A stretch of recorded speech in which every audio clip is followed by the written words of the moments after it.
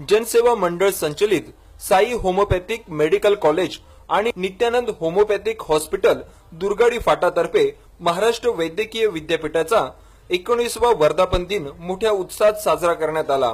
यानिमित्त विविध कार्यक्रमाचे आयोजन करण्यात आले होते। कार्यक्रमाची सुरुवात महाराष्ट्र आरोग्य विद्यापीठाच्या ध्वजारोहणाने करण्यात आली।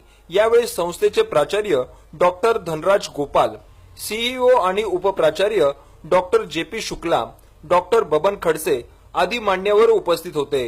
यानंतर शिक्षकांच्या मार्गदर्शनाखाली आरोग्यविषयी प्रभात फेरी काढून जनजागृती करण्यात आली। प्रभात फेरी पूर्ण झाल्यानंतर योग प्रशिक्षण घेऊन करा योग रहा निरोग असा मोलाचा सल्ला देखील यावेळी देण्यात आला। या कार्यक्रमासाठी स्थानिक नागरिक मोठ्या संख्येने उपस्थित होते। विशेष म्हणजे या कार्यक्रमानिमित्त संपूर्ण परिसर स्वच्छ करून स्वच्छ भारत अभियानास हातभार लावण्यात आला।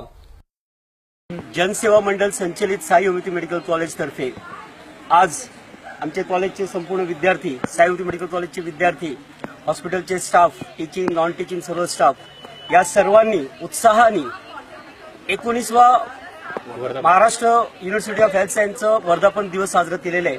मी समस्त विद्यार्थ्यांना किंवा सर्वांचा मी हार्दिक आभार व्यक्त करतो आणि महाराष्ट्र आरोग्य विद्यापीठाला 100 वर्ष आयुष्य अजून लाभावं अशी मी ईश्वरचरणी प्रार्थना करतो आणि हा विद्यापीठ जगात सर्वात चांगलं विद्यापीठ असं होईल, आम्हा सर्वांची तशी शुभेच्छा आहे। धन्यवाद।